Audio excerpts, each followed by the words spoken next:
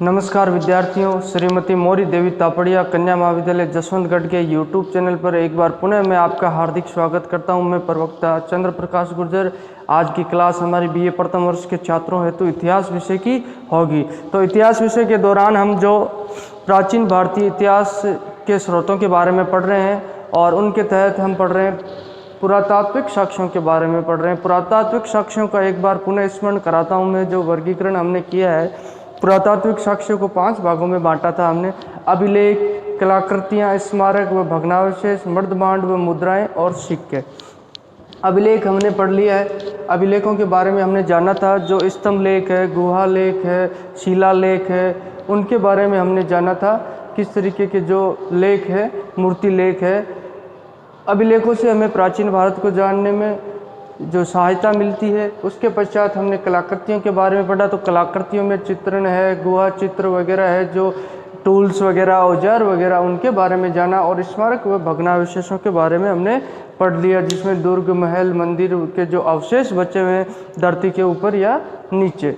आज हम मृदभांड व मुद्राओं के बारे में जानेंगे और उसके पश्चात सिक्कों के बारे में। इस तरह से पुरातात्विक साक्ष्य को हम समाप्त करेंगे। प्राचीन भारतीय इतिहास के जो स्रोत है उनको हमने 4 भागों में विभाजित कर रखा था, जिसके तहत जो ये पुरातात्विक साक्ष्य उसका एक भाग है और उसको हमने उपभागों में विभाजित किया, 5 उपभागों में अध्ययन की दृष्टि से।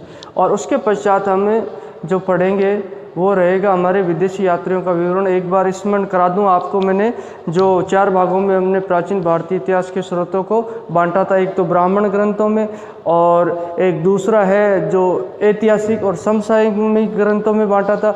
तीसरे की बात करें तो पुरातात्विक साक्ष्यों में बांटा। और चौथा वर्गीकरण था हमारा विदेशी यात्रियों का विवरण। हम मुख्यतः ये पढ़ रहे हैं कि ये स्रोत है जो प्राचीन भारतीय इतिहास को जानने में किस तरीके से महत्वपूर्ण और हमारे लिए सहायक सिद्ध होते हैं। तो आज हम मृदभांड, मुद्राओं व सिक्के के बारे में जानेंगे। अगर मृदभांड की बात करें तो सीधे सीधे अर्थों में बताऊं आपको, जो मिट्टी का बर्तन, जो मिट्टी का सीखी हुई मिट्टी का तैयार बर्तन होता है, चाहे आप अपने घर में मटकी को देख लो, उसे ही मृदभांड कहते हैं। और मृदभांड की बात करें तो अंग्रेजी में इसे पोट्री कहा जाता है। जो पोट्री है इसे मृदभांड को कहा जाता है। अब इनसे हमें प्राचीन भारत के इतिहास को जानने में कैसे मदद मिलती है, इसके बारे में हम समझेंगे। तो बात करते हैं तो पुरातत्ववेता है जो प्राचीन से प्राचीन चीज़ों का अध्ययन करते हैं। और इतिहासकारों, इन्होंने क्या किया, जो मृदभांड है इनकी जो बनावट है, इनका जो आकार है, इनका जो रंग है, उसके आधार पर जो इतिहास का कालक्रम तय किया। और उसके आधार पर ये बातें तय की जाती है कि ये मृदभांड परंपरा कितने सालों पहले रही थी और ये मृदभांड परंपरा कितने सालों बाद में हुई थी। तो ऐसा देखा जाए तो अगर मिट्टी के बर्तनों की बात करें तो मिट्टी के बर्तनों का प्रयोग तो मानव शुरू से ही कर रहा है। जब से मानव द्वारा चाक की खोज कर ली जाती है और उसके पश्चात वह मिट्टी के बर्तनों को बनाने लग जाता है। चाक आप समझते होंगे, चाक का मतलब मेरा जो कुम्हार जिस पे मिट्टी के बर्तन बनाता है उसे चाक कहते हैं। तो जब से चाक की खोज होने के पश्चात व्यक्ति जो मानव के द्वारा मिट्टी के बर्तन बनाए जाने लग जाते हैं। अगर मिट्टी के बर्तनों में बात करें हम तो ये प्याली है, तस्तरी है, इन चीज़ों को आप जानते होंगे रोज़मर्रा के जीवन में काम आती है। आज भी हमारे जार है, जिसे जग भी कह सकते हैं, भगोने, कुल्हड़, हांडियाँ, जो हांडी होती है, हांडियाँ, घड़े वगैरह, बड़े बड़े घड़े मिले, ये मिट्टी के बर्तन मिलते हैं हमें। और ये जो इतिहास का कालक्रम निर्धारण करने में हमारे लिए सहायक सिद्ध होते हैं। अब इन जो मिट्टी के बर्तनों पे कलाकृतियाँ भी खूब देखने को मिलती है। वनस्पतियों की कलाकृति बोले तो नीम का पेड़ है, पीपल का पेड़ है और खजूर का पेड़, इनके भी चित्रण इस पे देखने को मिलते हैं। पशु पक्षियों के चित्रण भी देखने को मिलते हैं। बकरी है, हिरन है, भेड़ वगैरह है, इनके चित्रण देखने को मिलते हैं। वनस्पतियों, पशु पक्षी और ज्यामितीय आकृतियाँ बोले तो जिसे आप वर्ताकार वर्त ले लो, चाहे गोल चौकोर वर्त है उसकी मिलती है, और चौकोर आकृतियाँ किसी तरह के लाइन वगैरह ये मिलती है, तो इसे ज्यामितीय आकृतियाँ कहते हैं। इस तरह के चित्रण मिलते हैं। अब इन बर्तनों से हमें वर्तमान उस जो तत्कालीन समय की जो सामाजिक परिस्थिति है कैसी रही है, मानव का जो मानव जीवन है वो कैसा रहा है, उसके बारे में जानने में सहायता मिलती है। इससे हमें पता चलता है कि जो उस समय के लोग थे उनके द्वारा किस तरीके के कौन से बर्तनों का प्रयोग किया जाता, माटी के बर्तनों का। इसका मतलब वहाँ की सभ्यता कितनी उन्नत थी। और जो अगर उन्नत किस्म के बर्तन हमें मिलते हैं उसमें भी कुछ सिर्फ काले लाल रंग के मिलते हैं और उसके पश्चात पॉलिश्ड के बर्तन मिलते हैं, तो उनमें धीरे धीरे जो मानव के द्वारा उसमें जो तकनीक में सुधार किया गया और जीवन स्तर उनका उठता चला गया। अब इससे हमें वहाँ के जीवन स्तर के बारे में पता चलता है कि उस समय के लोगों द्वारा कितना जो जीवन स्तर उनका किस स्तर तक था। अगर कम बर्तन हमें मिलते हैं तो वह सामान्य जीवन यापन, और जब धीरे धीरे इनकी संख्या बढ़ने लग जाती है तो हम समझते हैं कि उनका जीवन स्तर और सामाजिक स्थिति उठ जाती है। अब इतिहासकारों और पुरातत्ववेताओं ने क्या किया है, जो मर्द भांड है उनके आकार पर, जो मिट्टी के बर्तन है उनके आकार पर जो इतिहास का कालक्रम निर्धारण करने का काम किया है। और मर्द भांडीय परंपराओं को उन्होंने 4 भागों में विभाजित कर दिया। मर्द भांड परंपरा यानी अगर ऐसे मिट्टी के बर्तन मिले तो वो समय वो था, उसके पश्चात कौन सा समय था, ऐसे विभाजन किया है। तो मुख्यतः 4 भागों में विभाजन किया मर्द भांड परंपरा का इतिहासकारों और पुरातत्ववेताओं द्वारा। इनके द्वारा जो इसका विभाजन किया है गेरिक मर्द भांड। गेरिक मर्द भांड से समझो कि जो गेरुए रंग के जो सिर्फ लाल रंग के जो मर्द भांड हमें मिलते हैं उन्हें गेरिक मर्द भांड कहते हैं। और दूसरा इन्होंने चित्रित धूसर मर्द भांड, जो स्लेटी रंग जिनमें देखने को मिलेगा, स्लेटी रंग जैसे भूरे टाइप का ऐसा रंग होता है, वो स्लेटी रंग के जो मर्द भांड हमें दिखाई देते हैं उसे चित्रित धूसर मर्द भांड कहते हैं। और एक इन्होंने कृष्ण लोहित, जो काले और लोहित यानी लाल रंग के मर्द भांड मिलते हैं उसे कृष्ण लोहित मर्द भांड कहा गया है। और उत्तरी कृष्ण मर्जित मर्द भांड, इसमें जो ब्लैक कलर के जो ब्लैक पॉलिश्ड पोट्री मिलती है, यहाँ पे हमें जो काले रंग के जो पॉलिश किए मर्द भांड मिलते हैं वो देखने को। अब इन्होंने इसके आधार पर काल निर्धारण करने का भी कार्य किया। बोले गेरिक मर्द भांड ऋग्वेदिक काल में मिलते थे, ये उत्तर वैदिक काल में मिलते, ये महाजनपद काल में मिलते, और उसके पश्चात उत्तरी कृष्ण मार्जित मर्द भांड की बात करें तो मौर्य और गुप्त काल के दौरान मिलते हैं। अगर जहाँ पे ये इस तरीके के मर्द भांड मिले तो ये इतिहासकारों और पुरातत्ववेताओं द्वारा अनुमान लगाया जाता है कि यह ऋग्वेदिक सभ्यताओं से संबंधित माना जाएगा। और ऋग्वेदिक से पहले का जो काल है वो गेरिक मर्दभांड उससे संबंधित मान। चित्रित दूसरे मर्दभांडों की बात करें, ऋग्वेदिक काल जो मैंने आपको बताया 1500 से 1000 ईस्वी पूर्व, 1500 से 1000 ईस्वी पूर्व का समय रहता है। 1000 ईस्वी आप समझ गए, वर्तमान समय से आप निकालोगे तो 1520 का मतलब जो ईस्वी सन से 1500 साल पीछे की बात, अभी 2020 चल रहा है, 1500 और जोड़ोगे उसमें 3520 साल पहले की बात होगी। और चित्रित दूसरे मर्दभांड तो ये इन्हें ऋग्वेदिक काल से संबंधित, उत्तर वैदिक काल से संबंधित किया जाए। उत्तर वैदिक काल का कालक्रम देखो 1000 से 600 ईस्वी माना जाता है, और उसके पश्चात महाजनपद काल शुरू हो जाता है, उससे संबंधित कृष्ण लोहित मर्दभांड को माना जाता है, और उसके पश्चात उत्तरी कृष्ण मार्जित मर्दभांड। ये जो है जो बुद्ध कालीन और जो मौर्य कालीन है, गुप्त कालीन, उस क्षेत्र उस समय की हमें जानकारी देते हैं। तो इस तरीके से जो मिट्टी के बर्तन है जो साधारणतः मनुष्य द्वारा जो शुरू से प्रयोग किए जाते हैं, जो मिट्टी के बर्तन अवशेष के रूप में, पुरातत्व जो साक्ष्य के रूप में, जो मिट्टी जो मान लो आप पीटी के अंदर दबे हुए या बाहर जहीं भी मिलते हैं हमें सुरक्षित, उनके आधार पर इतिहास अध्ययन को सुलभ और आसान बनाया जा सकता है। ये इतिहास को समझने में हमारा इस तरीके से मदद करते हैं। अब बात करते हैं मुहरें। मुहरें जिसे आप सील्स कहते हैं, जैसे ठप्पा लगाते हैं अपन, वही मुहर होती है, उसे सील कहा जाता है। अब इंडस वैली सिविलाइजेशन की बात करें, सिंधु घाटी सभ्यता की, तो सिंधु घाटी सभ्यता के दौरान हमें कई तरह की सीलें मिली है, और उन सीलों के ऊपर जो लिपि लिखी गई है, मुहर के ऊपर जो लिपि लिखी गई है, हालांकि वो आज तक पढ़ने में हमें सफलता नहीं मिल पाई है। तो उन सील से हमें जो उनके उन्नत व्यापार की जानकारी मिलती है, उन्नत आर्थिक स्थितियों की जानकारी मिलती है। अगर बात करें तो सिंधु घाटी सभ्यता, शायद मैंने पीछे भी बताया होगा आपका, सिंधु घाटी सभ्यता की जो सील मुहर है वो हमें मेसोपोटामिया, जो इराक का क्षेत्र, वहाँ से मिलती है। इससे क्या बात साबित होती है? इससे ये बात साबित होती है कि सिंधु घाटी सभ्यता के लोगों का जो व्यापारिक संबंध है वो जो इराक के लोगों से भी था, दूर दूर तक था। ये व्यापारिक दृष्टि से काफ़ी उन्नत है और इनकी आर्थिक स्थिति जो एक उन्नत किस्म की यहाँ पे देखने को मिलती है। तो इस तरीके से सील से जो मोहरें होती है वो भी हमें इतिहास को जानने में सहायक सिद्ध होती है, हमारे लिए महत्वपूर्ण और सहयोगी सिद्ध होती है।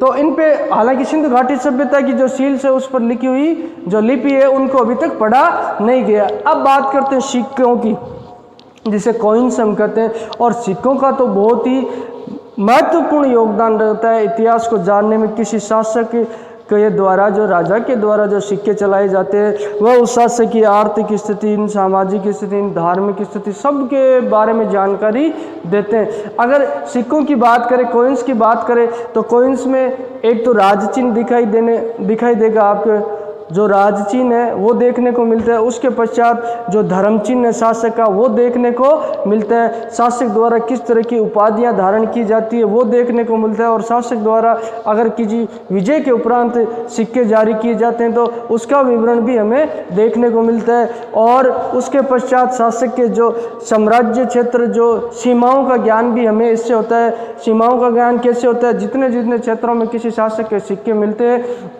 तो ये बात मानी जाती है कि उस क्षेत्र पर इस शासक का अधिकार रहा होगा। अगर सिक्कों की बात करें हम, तो सिक्कों के द्वारा जो आर्थिक स्थिति को कैसे जानते हैं इसको मैं बताता हूँ आपको।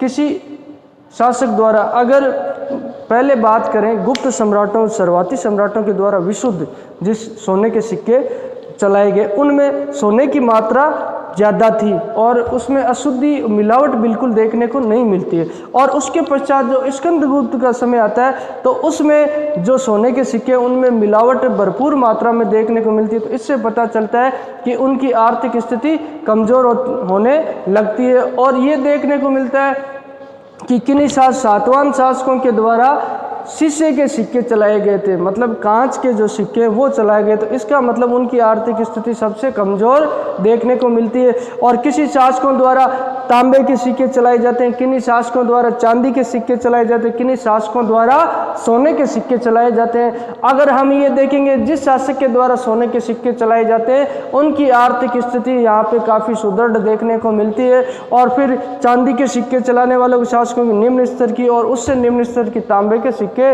कांसे के सिक्के जो चलाते हैं उनकी देखने को मिलती है। और सातवाहन शासकों के द्वारा तो जो है इसके कांच के सिक्के भी चलाए गए। अगर प्रतियोगिता परीक्षा की दृष्टि से देखिए, आपसे कोई क्वेश्चन पूछ लिया जाए कि जो कांच के सिक्के हैं, शीशे के सिक्के किसके द्वारा चला गए, तो आप उसका निसंकोच जवाब दे सकते हो, सातवाहन शासकों के द्वारा चलाए गए। और इसको आप अपने बीए फर्स्ट ईयर का एग्जाम पास करने की दृष्टि से ना देखें और इसको आप प्रतियोगिता परीक्षाओं की दृष्टि से भी देखें, क्योंकि मैं आपको जो सामग्री उपलब्ध करा रहा हूँ, कंटेंट उपलब्ध करा रहा हूँ, उसके सोर्स कई स्रोतों से मैं आपको एकत्रित करके और भरपूर तैयारी करके आपको उपलब्ध करा रहा हूँ। और निरंतर मैं आपको अच्छे से अच्छा कंटेंट उपलब्ध कराऊंगा, इसलिए आप इसको नोट डाउन करते रहें। और जो बातें आपको नोट डाउन करने के लायक लगे उसको आप नोट डाउन कर ले। जैसे मैंने बताया कि शीशे के सिक्के किसके द्वारा चलाए गए, तो इसका जवाब हुआ सातवाहन शासकों के द्वारा। ये ऐसी बातें आप नोट्स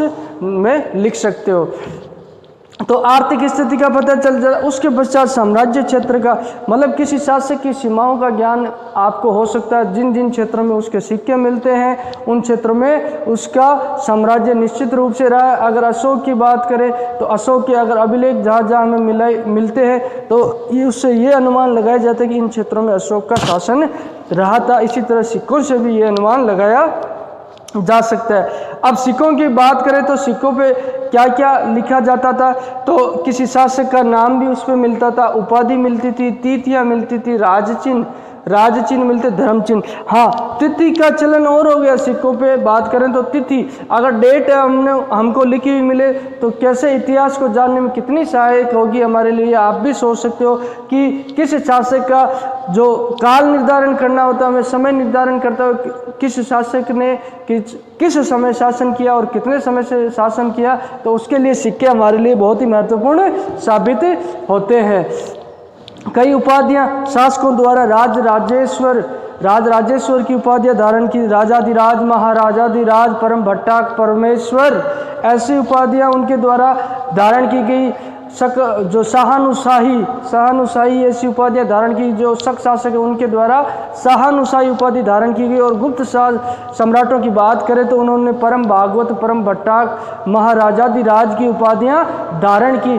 तो इससे उनकी उपाधियों और उनका नाम जो वहाँ हमें देखने को मिलता है सिक्कों के ऊपर, तो उनके शासनकाल के बारे में भी हमें स्पष्ट जानकारियाँ इससे मिलती है। कई जो शासक हैं, जो कई राजाएं रहे, उनके राज चिन्ह को भी देखने को मिलता है, जैसे गरुड़ ध्वज है किसी का, और किसी का जो मान लो आप जो ये अपने जो मारवाड़ मेवाड़ के शासक रहे, इनका जो राज चिन्ह देखे तो सूर्य, चंद्रमा, जिन्होंने चंद्रवंशी और सूर्यवंशी अपने को बताया, तो इनसे इनके राज चिन्हों के बारे में भी हमें जानकारी मिलती है। और धर्म चिन्हों की, अगर किसी धर्म को आश्रय इनके द्वारा दिया जाता है या धर्म को जो अपना लिया जाता है, तो उससे संबंधित कई तरह के चिन्ह हमें देखने को सिक्कों पे मिलते हैं। अब हम बात करेंगे समुद्रगुप्त के सिक्के के बारे में। भाई समुद्रगुप्त के सिक्के के बारे में हमें इतिहास को जानने में कैसे सहायता मिलती है, तो समुद्रगुप्त के सिक्कों की बात करें तो समुद्रगुप्त के सिक्कों पे एक यूप यानी जो हवन का कुंड होता है, यज्ञ करने के लिए उसकी वेदिका का चित्र बना हुआ है और उसके पास में एक घोड़ा बंधा हुआ है। तो उस सिक्के से ये बातें होती है कि समुद्रगुप्त के द्वारा अश्वमेध यज्ञ करवाया गया था। अश्वमेध यज्ञ जो अपने क्षेत्र में जो एक घोड़े को छोड़ के करवा, जिसको हम विस्तृत रूप से जो आगे जानेंगे। अगर सभी शासकों द्वारा, पास के शासकों द्वारा उसकी अधीनता स्वीकार कर ली जाती है और जिस क्षेत्र तक उसका घोड़ा जाता है वहाँ तक उसका साम्राज्य माना जाता है। अगर कोई शासक उसे रोकता है तो उसको उसके साथ युद्ध करना पड़ता है। इसको हम विस्तृत रूप से आगे पढ़ेंगे जो गुप्त काल के दौरान और सुंग शासकों द्वारा जो किया जाता है अश्वमेध यज्ञ, उसके बारे में हम स्पष्ट रूप से और पढ़ेंगे। और एक सिक्के पे समुद्रगुप्त को जो वीणा बजाते हुए देखा गया, इसका मतलब समुद्रगुप्त जो संगीत प्रिय शासक था। और चंद्रगुप्त द्वितीय की बात करें तो चंद्रगुप्त द्वितीय को सिंहहंता, एक सिंह को मारते हुए दिखाया जाता है सिक्के पर। तो उस सिक्के से हमें जो समुद्रगुप्त की छवि के बारे में पता चलता है और उसे शकहारी, चंद्रगुप्त द्वितीय को शकहारी भी कहा जाता है, क्योंकि गुजरात में शक शासकों को उसने अपनी अधीनता स्वीकार की, इसलिए उसे शकहारी की उपाधि भी धारण की थी। तो ये उपाधियाँ उसके सिक्कों पे हमें दिखाई देती है। एक जोगलथंबी क्षेत्र है जो महाराष्ट्र के अंदर है। इसमें क्या है, जो जोगलथंबी में एक सिक्कों का ढेर हमें काफ़ी मिला है। वर्तमान राजस्थान में आप देखोगे तो भरतपुर का क्षेत्र है, वहाँ पे भी गुप्त काल के सिक्के हमें खूब मात्रा में मिलते हैं। तो जोगलथंबी के ढेर की बात करें तो जोगलथंबी ढेर में जो शक शासक होता है एक नहपान, शक शासक कौन होता है, नहपान, उसके सिक्के मिलते हैं। लेकिन खास बात ये होती है उन सिक्कों को पुनः मुद्रित किया जाता है, उन सिक्कों के ऊपर दोबारा से सील्स लगाई जाती है, उनको रीप्रिंट किया जाता है। तो उन सिक्कों में जो गौतमीपुत्र सातकर्णी है, जो सातवां शासक है गौतमीपुत्र सातकर्णी, इन शासकों द्वारा ये उपाधियां धारण की। गौतमीपुत्र, जो गौतमी का जो माता के नाम का, इनके नाम के आगे जो चलन होता है लिखने का, इसलिए गौतमीपुत्र सातकर्णी कहा जाता था। ये हम सातवां शासकों के दौरान और पढ़ेंगे इसको विस्तृत रूप से। तो इसके जो सिक्के मिलते हैं नेपाल को, इसको गौतमीपुत्र, इसकी सील के ऊपर भी पुनः गौतमीपुत्र सातकर्णी की सील मिलती है। तो इससे क्या सिद्ध होता है कि शक शासक नेपाल पे गौतमीपुत्र सातकर्णी ने विजय हासिल की थी और इसे युद्ध में पराजित कर दिया था। तो इस तरीके से जो पुरातात्विक साक्ष्यों के अंदर जो पोट्री, सील्स और कॉइन्स यानी मर्दभांड, मुद्राएं और सिक्कों कि किस तरीके से इनका महत्व है और प्राचीन भारतीय इतिहास को जानने में किस तरीके से हमारे लिए सहायक सिद्ध होते, इसके बारे में हमने जाना।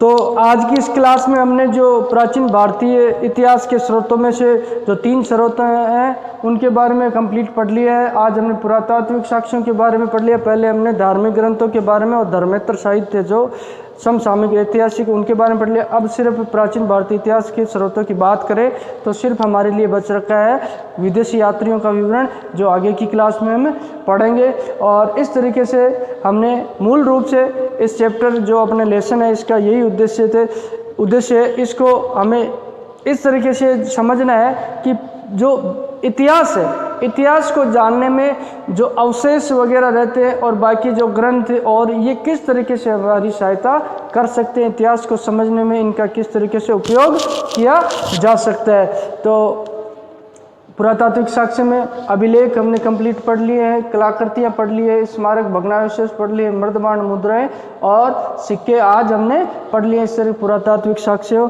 का जो वर्गीकरण है वो पूरा कंप्लीट होता है हमारा, और ये किस तरह के इतिहास को जानने में सहायक सिद्ध होते हैं ये हमने अच्छी तरीके से आज जाना है। तो बोलिए, यहाँ तक आपको कुछ समझ में नहीं आ रहा, किसी तरह की समस्या हो तो आप निष्कंठ पूछ सकते हो और कमेंट्स के माध्यम से आप कोई अपनी भी बात रख सकते हो। और आपके सुझाव भी आमंत्रित है। आपको कोई चीज़ समझ में नहीं आ रही या कोई चीज़ आपको विस्तार से पढ़नी हो या आपकी उत्सुकता हो कि कुछ अलग जो बातें आपको जाननी हो तो उसके बारे में भी आप मुझे बता सकते हो। आज के लिए हम इतना ही पढ़ेंगे और बाकी हम आगे की आने वाली क्लास में पढ़ेंगे। तो आज के लिए बहुत बहुत धन्यवाद।